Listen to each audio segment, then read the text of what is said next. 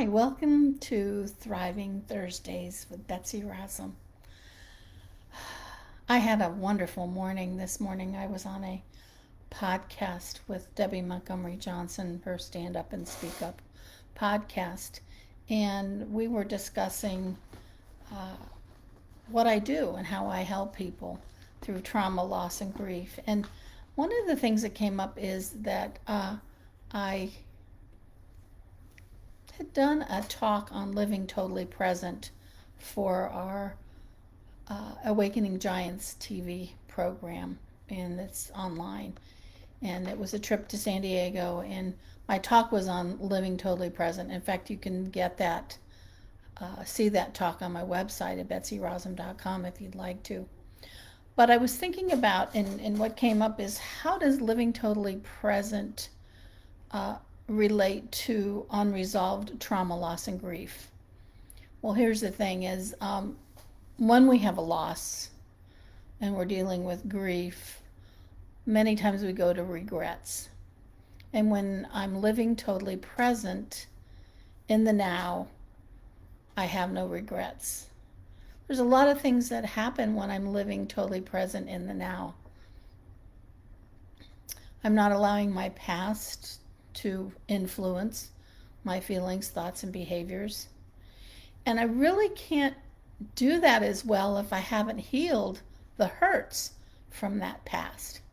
Because those hurts from the past at one time created some beliefs in my subconscious mind.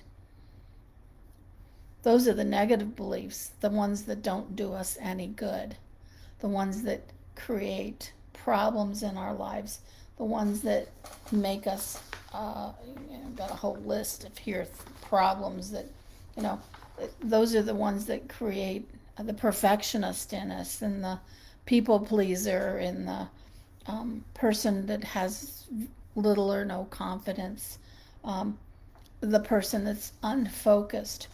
Traumas, unresolved traumas, loss, and grief create beliefs that create those behaviors.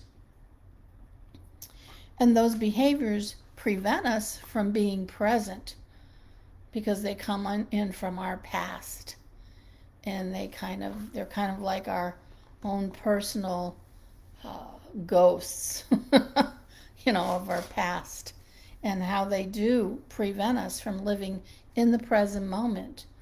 I remember when my daughter died, I had been very present with her.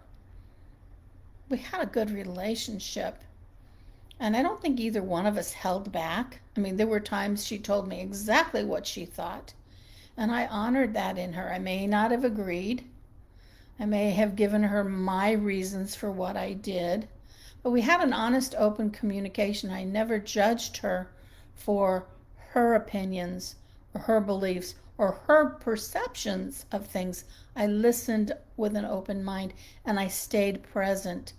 I didn't allow anything from my past to enter in, because at one time I had the problem or the belief of I wasn't good enough.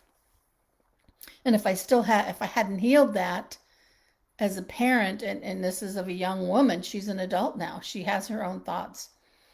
And had I not healed that,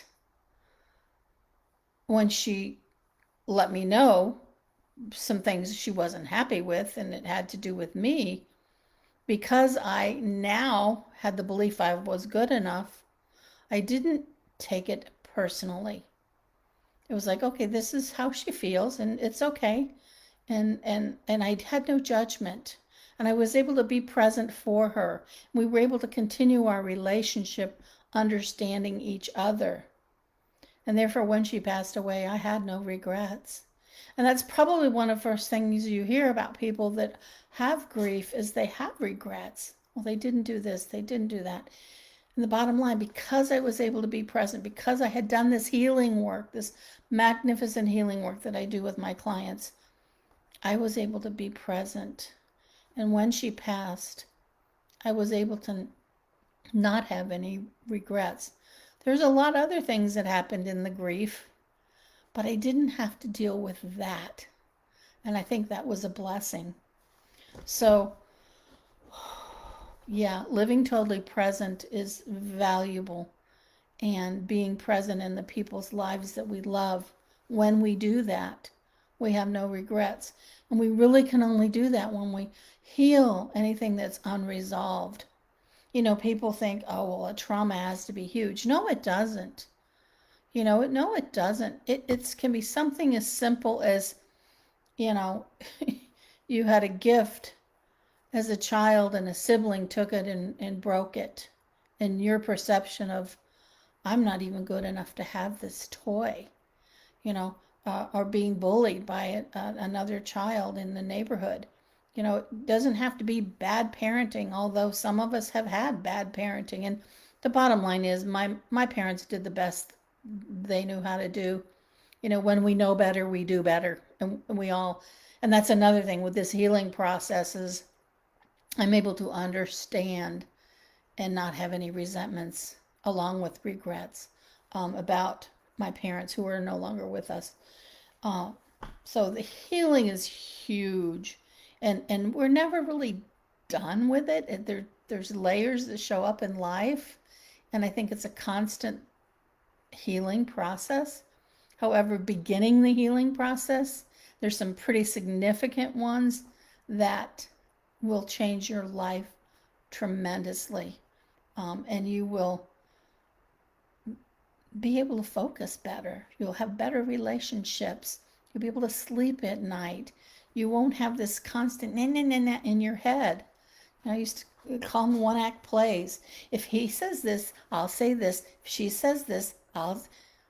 That no longer exists in my life.